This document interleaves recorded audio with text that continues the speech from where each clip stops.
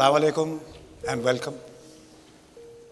Thank you very much for being here, for taking the time out on this somewhat cold December evening. There was, I don't know if it's still on or not, there was a program that lasted for probably 4 decades on BBC, and it was called Desert Island Discs. And every week, this magnificent host, Roy Plumley, the late Roy Plumley, he would invite a distinguished guest and ask them, if they were marooned on a desert island, what music would they carry with them? And people would name the song or the piece of music, and they'd talk about it and would play. And at the end, he would close by saying, and if you had to carry 2 books with you, what would you take with you? And when he put that question to Zia Sahab, Zia Mohyeddin Sahab, that is, Zia Sahab said, Diwan-e-Ghalib and the complete works of William Shakespeare.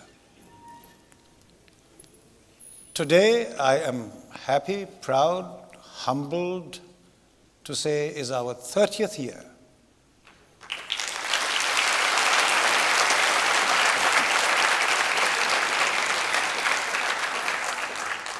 And while I am seriously considering writing to the Guinness Book of World Records about this, I am also very happy that it has been a long, long journey, and we've reached this point.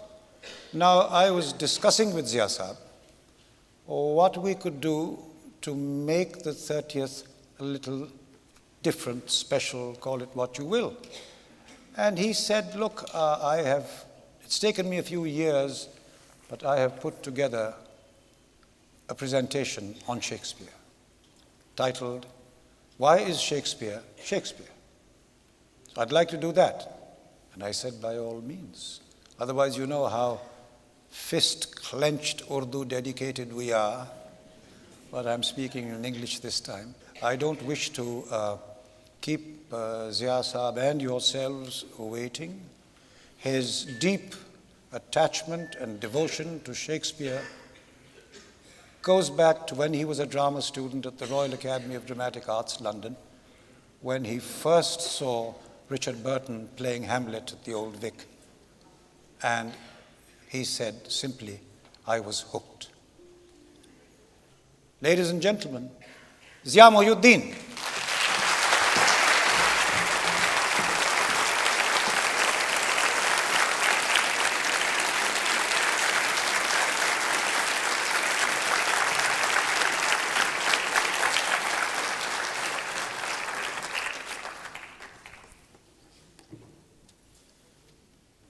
Ask for the name of a writer of universally recognized genius, and the answer invariably would be Shakespeare. His contemporary Ben Jonson had claimed that Shakespeare was not of an age but for all time.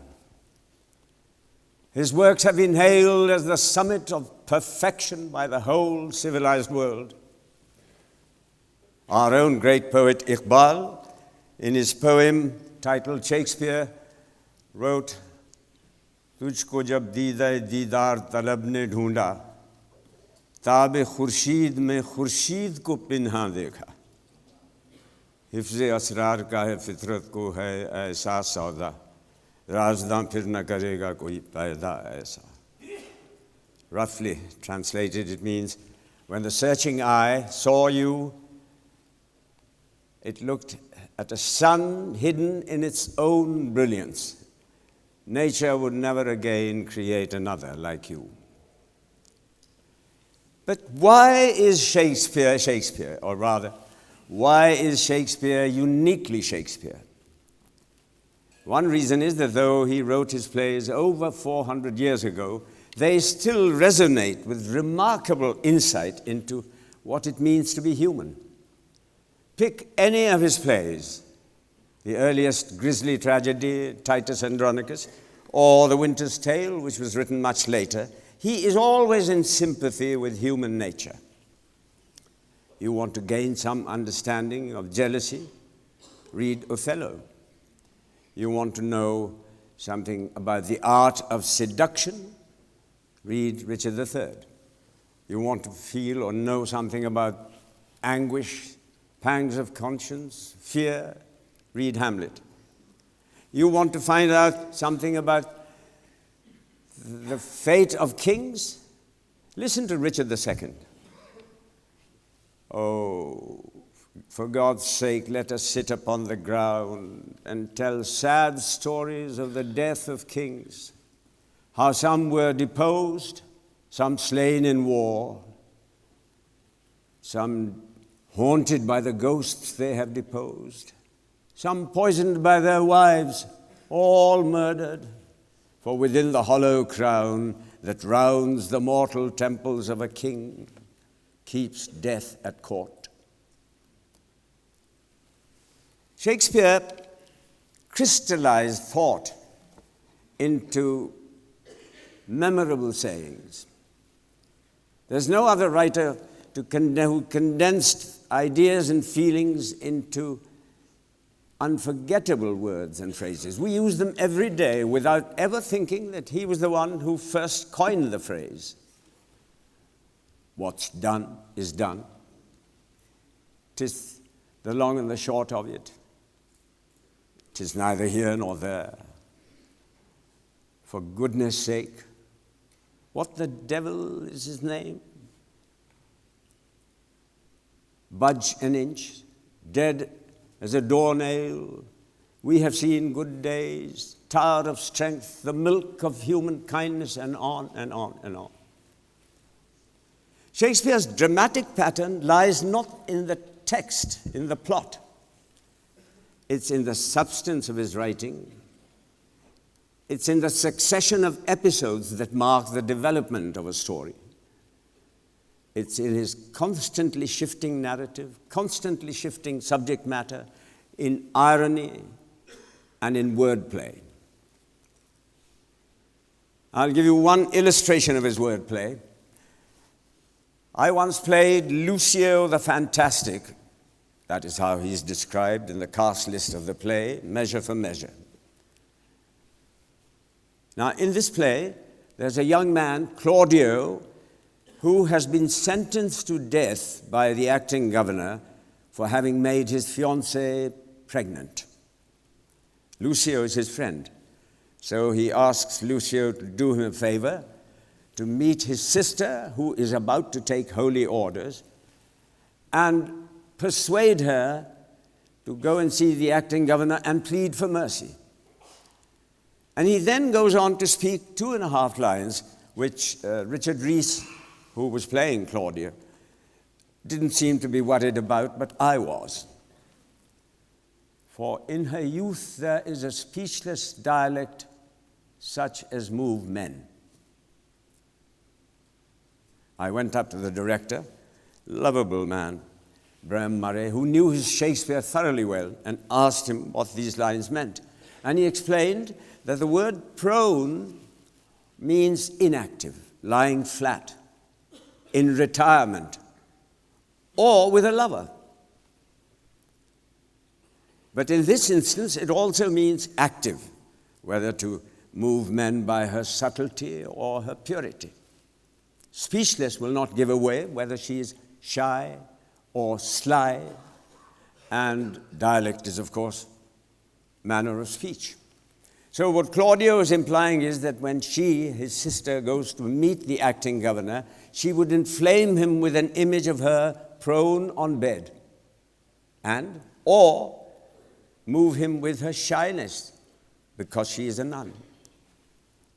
Now, these 2.5 lines would be so loaded with double meanings, I would never have grasped had I not been acting in the play. This evening, I have picked some of his plays, a few passages from some of his plays, to illustrate briefly why Shakespeare, who was called an upstart crow by the literary establishment of his time, outshone all other dramatists of his age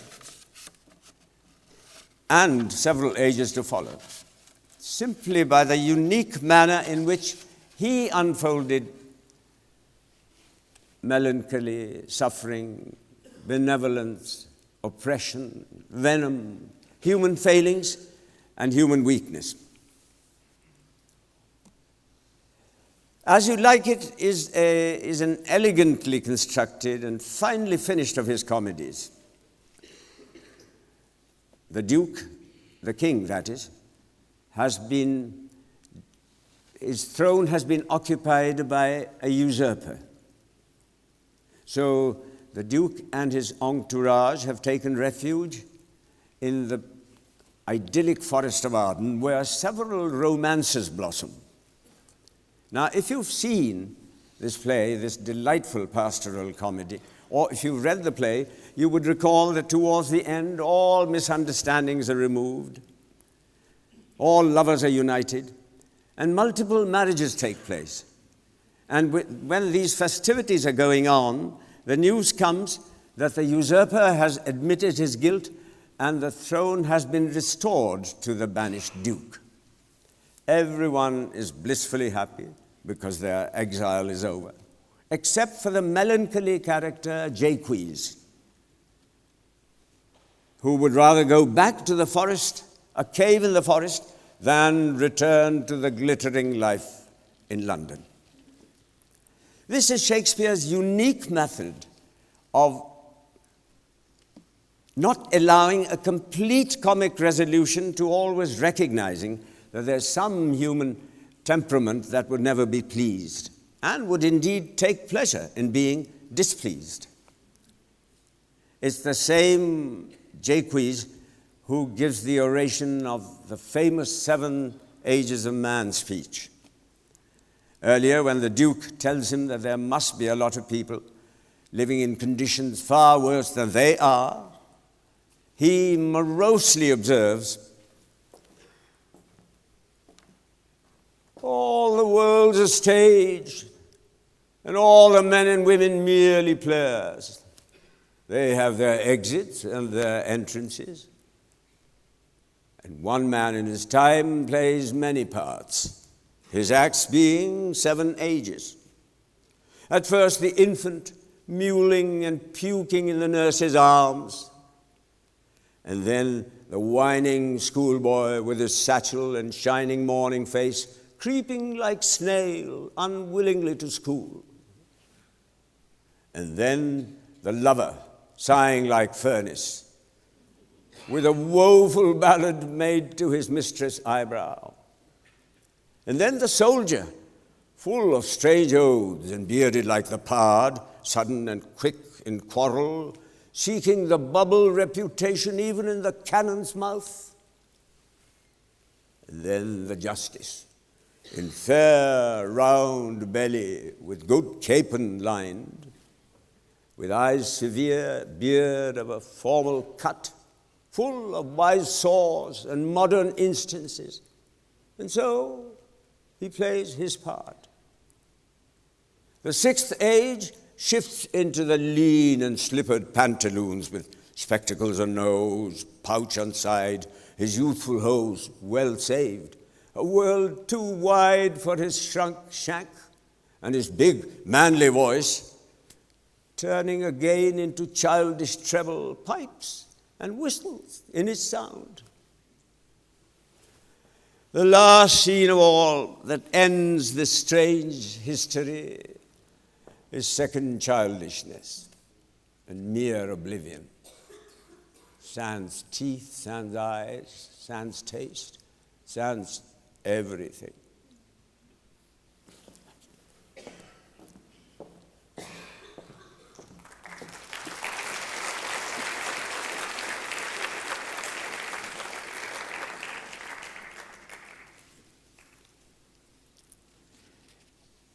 Julius Caesar is another neatly constructed tragedy which reveals personal ambition, political intrigues, and misguided idealism. The 3 men among whom Shakespeare divides the dramatic realm are Brutus, the idealist, Octavius Caesar, the egoist, and Mark Antony, the opportunist. Come to think of it, these 3 have held the world in dispute throughout the ages. Mark Antony is a dark horse. He remains in the shadow until Caesar has been murdered, and then humbly and tactfully requests Brutus to allow him to address the unruly mob that has gathered round Caesar's dead body. His aim becomes quite clear. He wants the citizens and the mob to create chaos and violence. His speech is a masterly exercise in political oratory and political chicanery. Friends, Romans, countrymen, lend me your ears. I come to bury Caesar, not to praise him. The evil men do lives after them. The good is oft interred with their bones. So let it be with Caesar. The noble Brutus has told you that Caesar was ambitious. If it was so, it was a grievous fault, and grievously hath Caesar answered it. Here, under leave of Brutus and the rest, for Brutus is an honorable man, come I to speak in Caesar's funeral. He was my friend, faithful and just to me. But Brutus says he was ambitious, and Brutus is an honorable man. He hath brought many captives home to Rome, whose ransoms did the general coffers fill. Did this in Caesar seem ambitious? But Brutus says he was ambitious, and Brutus is an honorable man. You all did see that on the Lupercal I thrice presented him with a kingly crown, which he did thrice refuse. Was this ambition? Yet Brutus says he was ambitious, and sure, he is an honorable man. I come here not to disprove what Brutus spoke, but here I am to speak what I do know. You all loved him once, not without cause. What cause holds you then to mourn for him? O judgment, thou art fled to brutish beasts, and men have lost their reason.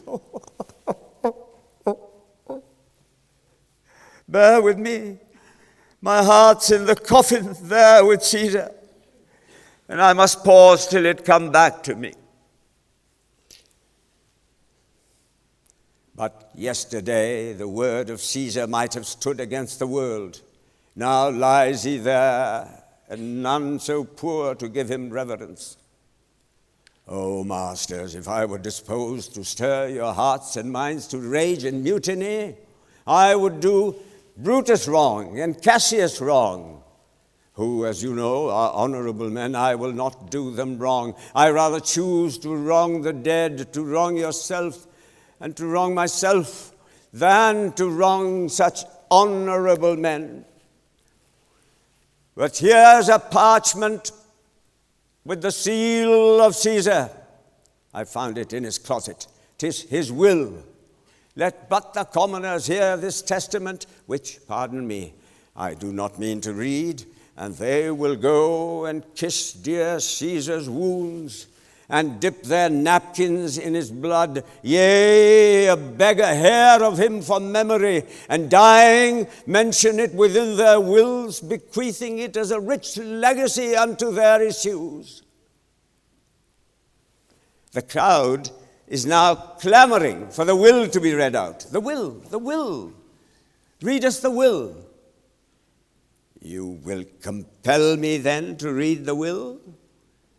Then make a ring about the coffin of Caesar. And dramatically, having stepped down from the pulpit, he tells them that Caesar, who has been so savagely murdered by Brutus and his gang, has in his will left each one of them 75 drachmas, and has allowed them free access to all his estates and parks. The crowd is now getting more and more incensed. And Antony, smooth as silk, Good friends, sweet friends, let me not stir you to such a flood of mutiny. They that have done the deed are honorable men. A triumphant mockery of the word honorable. The concluding part of Antony's speech is another stroke in chicanery. Now he makes a Machiavellian twist. I am no orator as Brutus is, but, as you know me all, a plain, blunt man who loved his friends, that they knew full well who gave me public leave to speak of him. For I have neither wit, nor words, nor worth, nor utterance, nor action, nor the power of speech to move men's blood. I speak right on. I tell you that which you yourselves do know, show you dead Caesar's wounds, poor, poor dumb mouths, and bid them speak for me.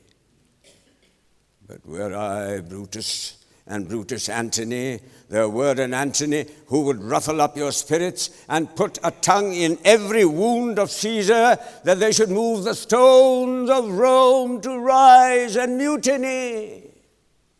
We'll mutiny, we'll mutiny, we'll mutiny, says the crowd. We'll burn Brutus' house. Antony smirks. Now let it work. Mischief thou art afoot. Take what course thou wilt. The crowd now leaves the forum. But the first victim, because they have gone to kill and plunder, the first victim of Antony's eloquence is not Cinna, the conspirator, but Cinna, the poet. He keeps protesting, I am Cinna, the poet, I am Cinna, the poet. Then kill him for his bad verses, shouts the crowd. And they tear him from limb to limb. This is the irony that I spoke about. And also, Shakespeare here tells us that the revolution can take a bizarre turn.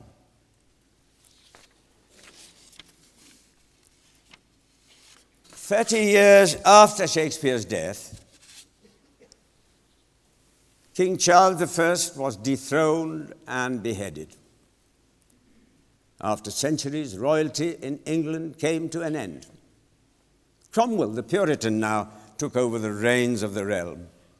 One of the first things Cromwell did was to close down theatres in London, and they remained closed for the next 18 years. It was only with the return of King Charles II from France that the theatres were reopened, and, to the best of my knowledge, never closed down since. But now, in the Restoration period, the plays of lesser dramatists were performed twice as often as those of Shakespeare. This was because the opinion makers who had accompanied King Charles II were heavily under the influence of the aesthetic idealism of the French intellectuals who believed that a tragedy should be written strictly in accordance with the rules codified by Aristotle.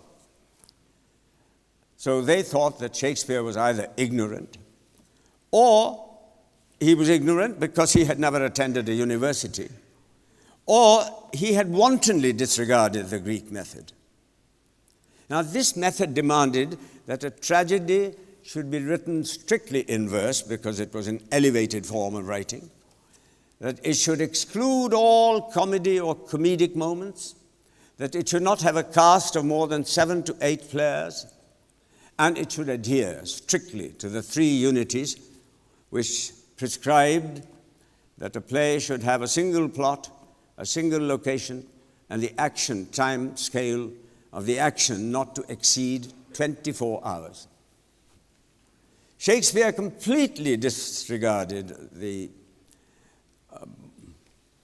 rules. the Aristotelian unities. His plays are not confined, his action is not confined to 24 hours. His plays have a cast of 25, 35, even 47 speaking parts. Nor does he restrict his action to one location. His plays are like the scenario of a movie. One scene in Rome, one in Alexandria. One scene in a palace, the next in a wilderness. So Shakespeare was judged to be artless. And other dramatists of that age began to rewrite his plays. Thus it was that a dramatist named Nahum Tate rewrote King Lear, in which Lear gets his throne back towards the end. Cordelia is married to Edgar. The fool, such an important part, is taken out of the play altogether. And everyone lives happily ever after. Amazingly enough, this emasculated version of King Lear, not Shakespeare's Lear, was staged in England for the next 150 years. It was only in the 18th century that Shakespeare was restored, as it were. Then this was in spite of the efforts of a certain Dr. Bowdler, who was a zealous spokesman of the Society for the Suppression of Vice in England.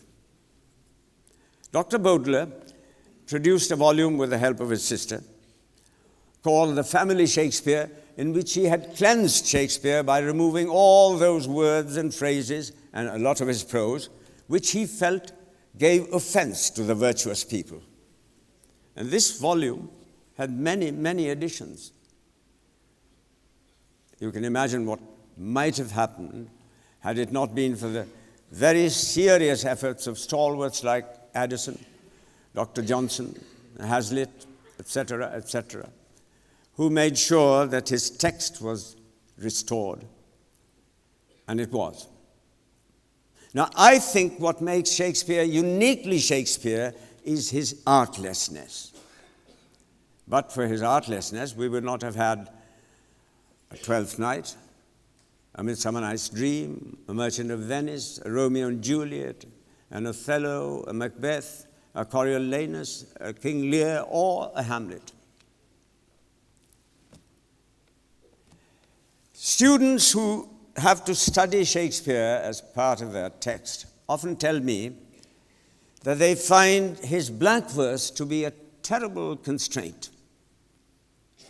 This is because they tend to read each line separately. Shakespeare says a lot of things all at the same time. He can be witty, he can be dramatic, he can be terrifying, all at the same time. Once you begin to learn to read a sentence without a pause, beyond the end of a line, what we call enjambment, you will get a far better insight into what he's trying to say. Lyrical poetry requires the same concentration of forces to convey the meaning of one word as it does a whole line of iambic verse. And once you realize that the words are not frightening, on the contrary, they are your delight, the text lifts you into a state of excitement. Shakespeare wrote mostly in what we call the iambic pentameter, a verse of 5 feet, which can be scanned very easily. It is, high hence, be gone, away, ti-tum, ti-tum, ti-tum, ti-tum, ti-tum. But soft, what light from yonder window breaks, ti-tum. But you cannot come on the stage and act the line as, but soft, what light from yonder window breaks. You would be booed off the stage. So while you have to be aware of the meter, you must not be too conscious of it. This is something readers of our poetry in our part of the world, this is the gravest error that they make. They do not read the words, they read the meter. They might as well be saying din da din dum din da din dum din da din dum din da dum.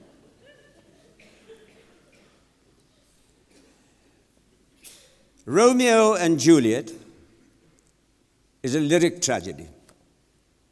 It's a love story.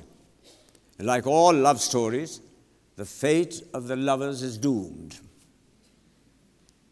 We know this. We know it before we watch the play, and yet when we watch it, we surrender to the passion and to the structure, its beautiful structure, and of course its superb love poetry.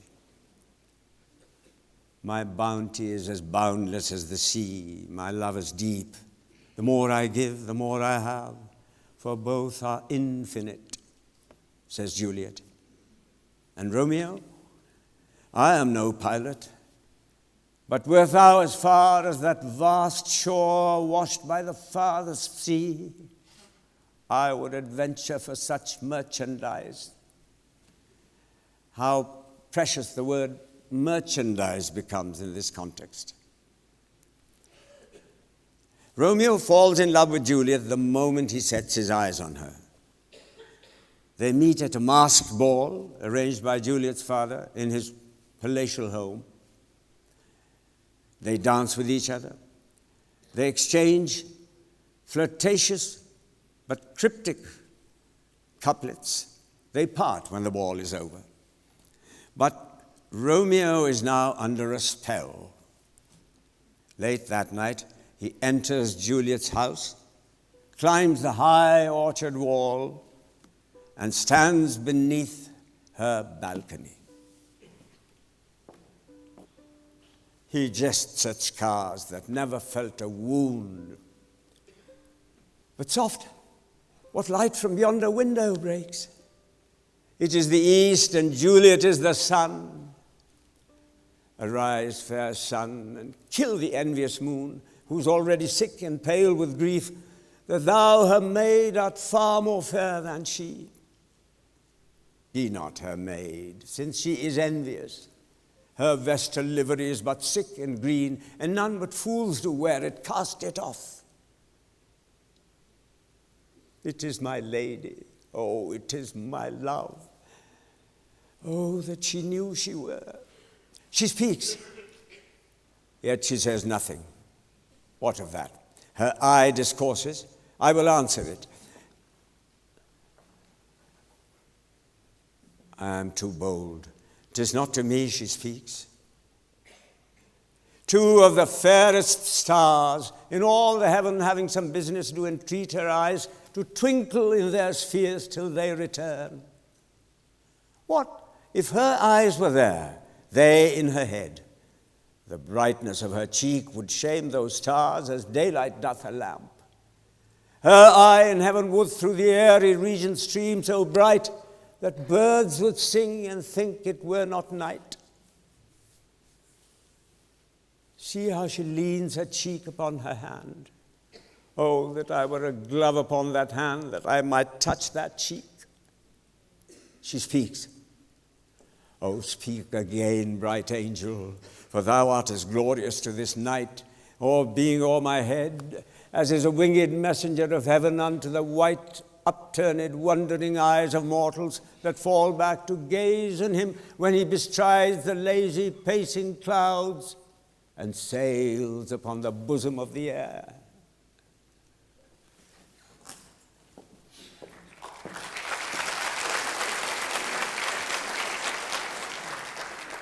It is at this point that he hears Juliet say, "O Romeo, Romeo, wherefore art thou Romeo? Deny thy father and refuse thy name, or if thou wilt not, be but sworn my love, and I'll no longer be a Capulet. Shall I hear more, or shall I speak at this? 'Tis but thy name that is mine enemy. What's in a name? A rose by any other name, etc., etc., etc." Within hours of their secret marriage, Romeo is banished from Verona because he has killed Tybalt, Juliet's cousin, in a fight.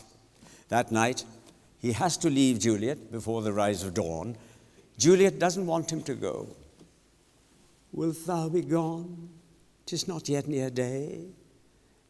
Was the nightingale and not the lark?"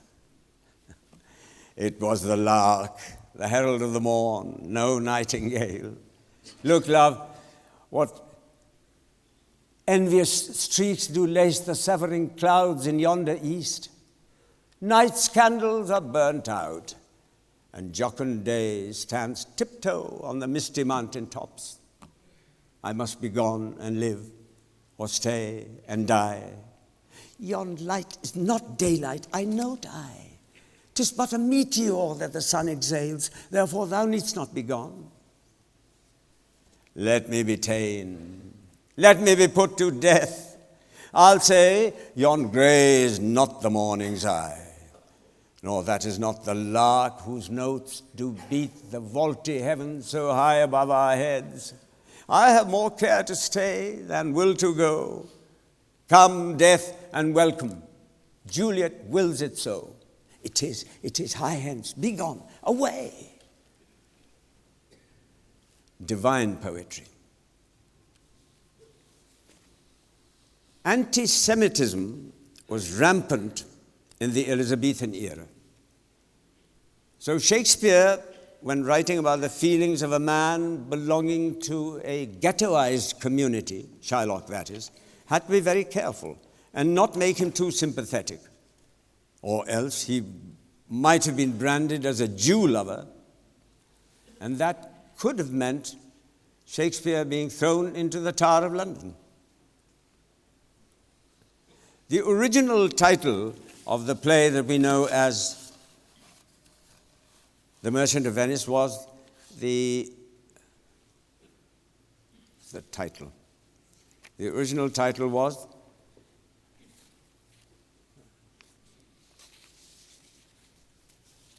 The Comic History of the Merchant of Venice, otherwise known as the Jew of Venice. Now, Shylock enters the play a fully grown character.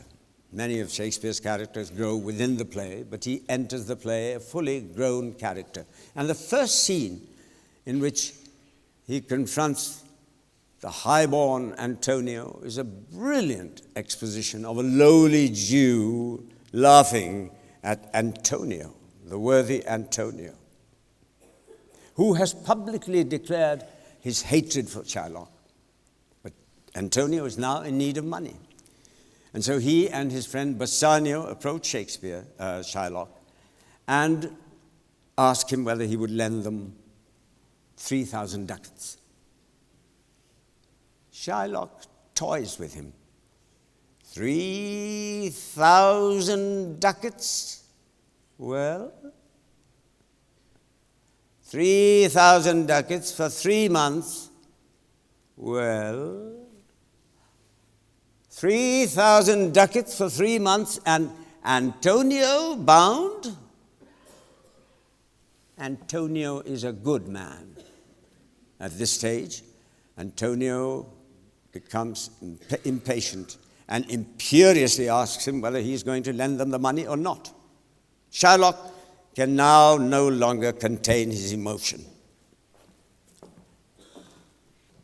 Signor Antonio, many a time and oft in the Rialto, you have rated me about my monies and my usances. Still have I borne it with a patient shrug, for sufferance is the batch of all our tribe. You call me misbeliever, cutthroat, dog, and spit upon my Jewish gabardine, and all for use of that which is mine own. Well then, it now appears you need my help. Go to then. You come to me and you say, Shylock, we would have monies. You say so. You that did void your room upon my beard and foot me as you spurn a stranger cur over your threshold. Monies is your suit? Well, what should I say to you? Should I not say, hath a dog money? Is it possible a cur can lend 3,000 ducats? Or shall I bend low and in a bondman's key with bated breath and whispering humbleness, say this: "Fair sir, you spit on me Wednesday last. You spurned me such a day, another time called me dog. And for these courtesies, I should lend you thus much monies?"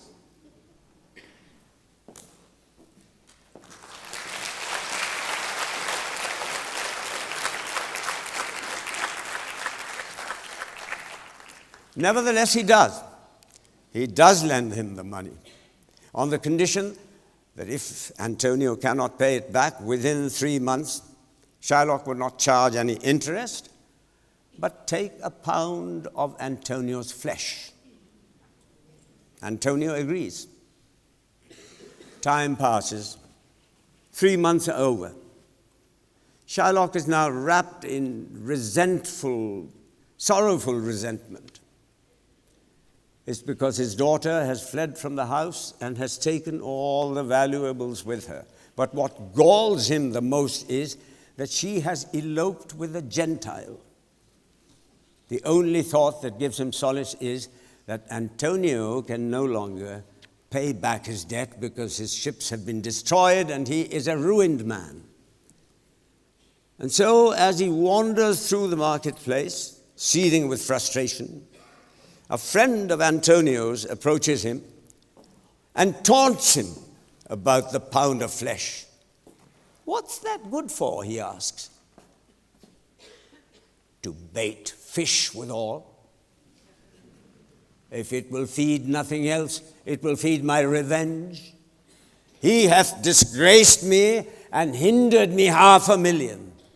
Laughed at my losses, mocked at my gains, thwarted my bargains, scorned my nation, heated mine enemies, cooled my friends. And what's his reason? I am a Jew. Hath not a Jew eyes? Hath not a Jew hands, organs, senses, dimensions, affections? Passion, fed with the same food, hurt by the same weapons, subject to the same diseases, healed by the same means, warmed and cooled by the same winter and summer as a Christian is? If you prick us, do we not bleed? If you tickle us, do we not laugh? If you poison us, do we not die? If you wrong us, shall we not revenge?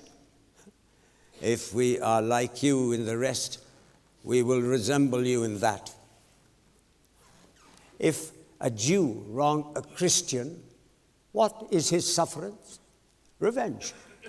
If a Christian wrong a Jew, what should his humility be by Christian example? Why, revenge. The villainy you teach me, I will execute. And it shall go hard, but I will better the instruction.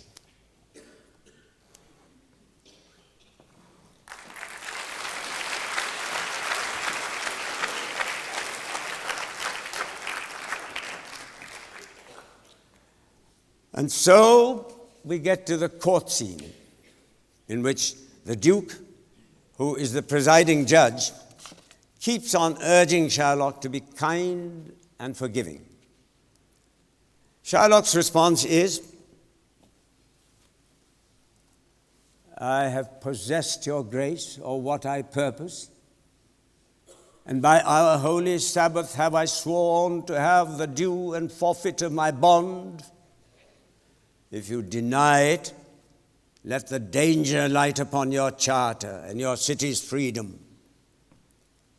You will ask me why I choose to have a weight of carrion flesh than to receive 3,000 ducats. I'll not answer that, but say, 'tis my humor. Are you answered? What if my house be troubled with a rat, and I be pleased to give 10,000 ducats to have it baned? What are you answered? Some men there are, love not a gaping pig, some that are mad when they behold a cat, and some, when they hear the bagpipes singing in the nose, cannot contain their urine. For affection, mistress of passion, sways it to the mood of what it likes or loathes. Now for your answer. As there is no firm reason to be rendered why he cannot abide a gaping pig, why he a harmless necessary cat, why he a woolen bagpipe, but of force must yield to such inevitable shame as to offend, himself being offended, so will I give you no reason, nor I will not, other than a lodged hate and a certain loathing I bear Antonio, that I follow thus a losing suit against him. The court is speechless. Shakespeare expresses through Shylock the feelings of a persecuted community. Shylock's final address to the court is a beautifully judged condemnation of a system that allows for inequality amongst its citizens. What judgment shall I dread, doing no wrong? You have among you many a purchased slave, which, like your dogs and your mules and your asses, you use in abject and slavish parts because you bought them. Shall I say to you, let them be free, marry them to your heirs? Why sweat they under their burdens? Let their beds be made as soft as yours, and let their palates be seasoned with such viands. You will answer, the slaves are ours. So do I answer you. The pound of flesh that I demand of him is dearly bought. 'Tis mine, and I will have it. If you deny me, fie upon your law. There is no force in the decrees of Venice. I stand for judgment. Answer, shall I have it? But of course he does not have it. He was never meant to have it. Shakespeare wrote Shylock as a mingy, sleazy old Jew who tries to rise above his station and gets his comeuppance. But he had the sensitivity and the humanity to express the crushed feelings of people who are now or were now treated as outcasts. And the remarkable thing is that he did it in such a way that it was possible for the subsequent generations to discover the voice of the outsiders, the excluded people.